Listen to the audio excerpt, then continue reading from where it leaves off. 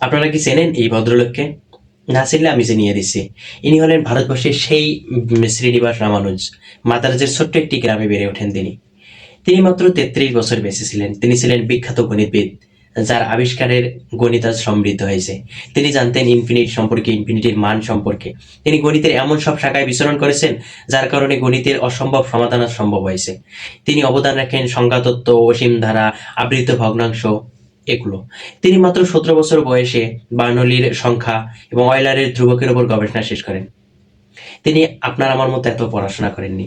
অভাবের সংসার, এসএসসির পর আর পড়াশোনা চালানো সম্ভব হয়নি। তিনি ছিলেন ব্রাহ্মণ গোত্রের। প্রায় সময় তিনি মন্দিরেই কাটাতেন। সেখানে তিনি গণিত চর্চা করতেন। উনি যেগুলো সমীকরণ সমাধান করতেন, উনি নিজেও জানতেন না যে এই সমীকরণগুলো অন্যদের কাছে অসম্ভব। তিনি তার কিউরিসিটিনেস থেকেই তিনি সমাধান করতেন।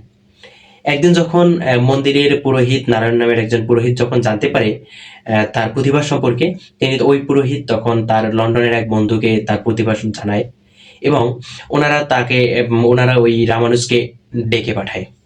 তার কাজ দেখে অবাক হলেও ভারতীয় এবং গ্রামের ছেলে, জামা কাপড়ের ঠিক নেই, এগুলো দেখে সবসময় তাকে ইগনোর করে। কিন্তু তিনি নিজের যোগ্যতা দিয়ে নিজেকে প্রমাণ করেন। তাকে অয়লার এবং গাউসের সমপর্যায়ের একজন গণিতবিদ বলা হয়। তিনি সব বাধা বিপত্তি পেরিয়ে যুগশ্রেষ্ঠ জ্ঞানী হয়ে ওঠেন। মাত্র ৩৩ বছরের জীবনদশায় গণিতকে সমৃদ্ধ করে আমাদের মাঝে উপস্থাপন করেছেন। আজ গণিত সমৃদ্ধ হয়েছে। তাকে জানাই সশস্ত্র শ্রদ্ধা।